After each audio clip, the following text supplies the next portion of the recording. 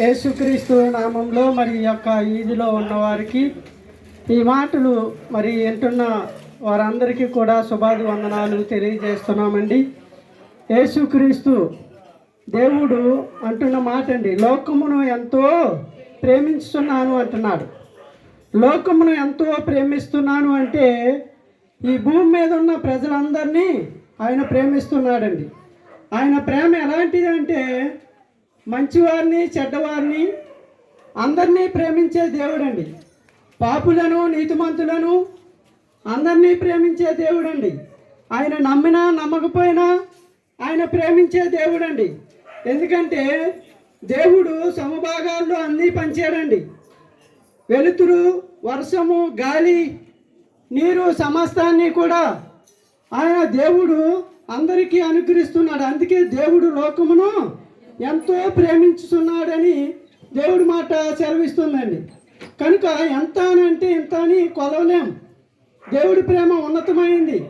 ఆయన ప్రేమ ఎంత అని చెప్పలేమండి. అందుకే ఎంతో అని అక్కడ దీర్ఘం పెట్టాడు.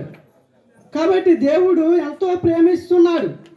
ఆయన ప్రేమ ఎంతవరకు అంటే ప్రాణం పెట్టినంతగా ప్రేమించాడండి దేవుడు మనుషుల్ని.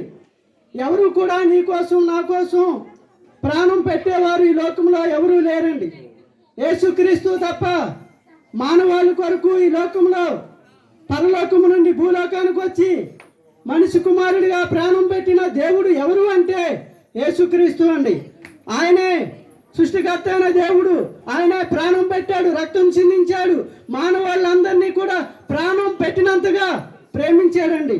కనుక దేవుడు ప్రేమించుతున్న దేవుడు అంటున్నాడు, ఆయన మంచివారిని చెడ్డవారిని కూడా ప్రేమించాడు. అందుకే అంటాడు దేవుడు, నేను నీతిమంతుల కొరకు రాలేదు, పాపుల కొరకు నేను వచ్చానంటాడండి. కనుక లోకం మనుషులు ఎలాంటి వారంటే మంచివారిని ప్రేమిస్తారు, చెడ్డవారిని ద్వేషిస్తారండి. కానీ దేవుడు అలాంటి వాడు కాదు. చెడ్డవారిని మంచివారిని కూడా ప్రేమించే దేవుడు కనుక ఆయన ఏమంటున్నాడంటే, నేను నీతిమంతుల కొరకు రాలేదు, పాపుల కొరకు వచ్చాను ఈ లోకానికి అంటున్నాడండి. దేవుడు పాపులను ప్రేమించి రక్షించే దేవుడండి. కనుక ఇంత గొప్ప దేవుడు మరి ఈ యొక్క సాయంకాలం ముందు మీ మధ్యకు మమ్మల్ని నడిపించాడండి. ఆయన ప్రేమ ఎలాంటిదంటే ఉన్నతమైంది. ఒక స్త్రీ యేసు ప్రభు ఈ లోకంలో జీవించుతున్న సమయాల్లో ఒక స్త్రీ పాపం చేసి మనుషులందరి చేత ద్వేషించబడుతుందండి. ఆమెకి ఏం పేరు పెట్టారంటే ఈమె పాపపురాలు, పాపము చేసే స్త్రీ అన్నట్టుగా మనుషులందరూ కూడా ఈమె పాపాత్మురాలు అని పేరు పెట్టారు.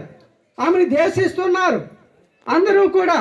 అయితే యేసు ప్రభు ఒకానొక దినాన్ని ఒక గృహములో ఆయన చేరినప్పుడు ఆయన వద్దకు వచ్చి ఆయన పాదాలు పట్టుకుని ఏడుస్తూ కన్నీరు కారుస్తూ ఆయన పాదాల మీద కన్నీరు ఒలగబోస్తుందండి.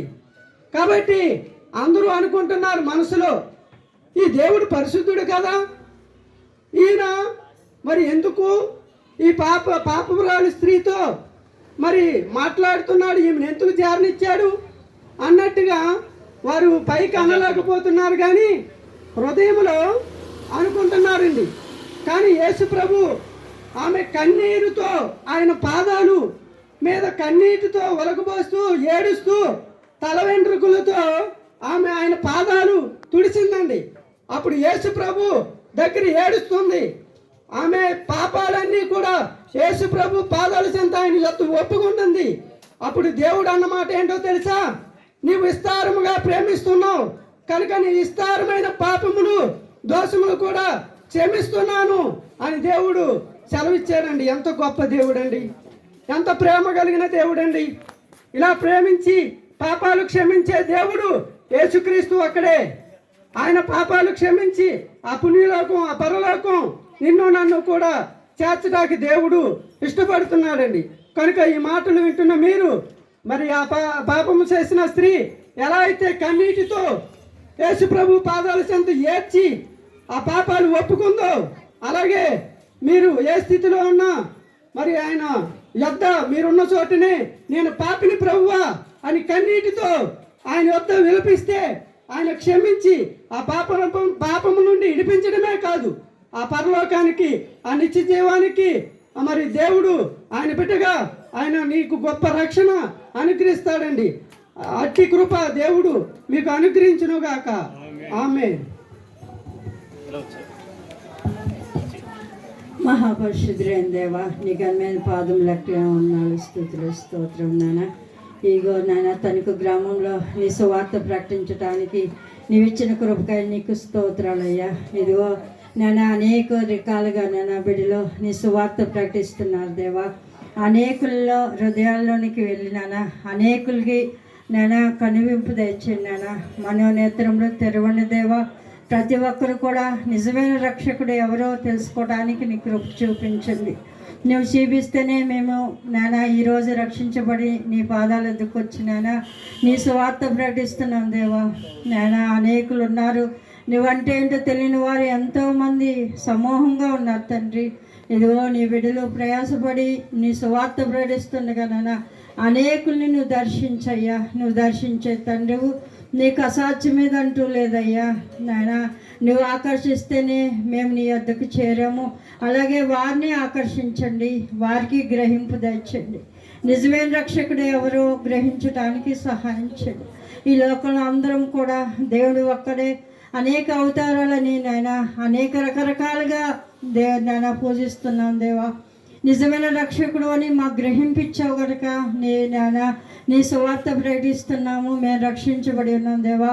వారికి కూడా రక్షించబడటానికి జ్ఞానాన్ని తెచ్చండి, వారికి కూడా మార్మస్సు తెచ్చండి నాన్న. గ్రహింపునివ్వయ్యా. నువ్వు గ్రహింపునిస్తేనే ఇదిగో మైక్ ద్వారా ఈరోజు నేను సువార్త ఎంతమంది ఇంచున్నారో వారందరికీ కూడా గ్రహింపునిచ్చి మార్మనసునిచ్చి నాయన వారు కూడా నీ రాజ్యాన్ని నిత్య రాజ్య వారసులుగా సిద్ధపరచమని నజరేయుని నామములో వేడుకుంటున్నాం తండ్రి. ఆమేన్.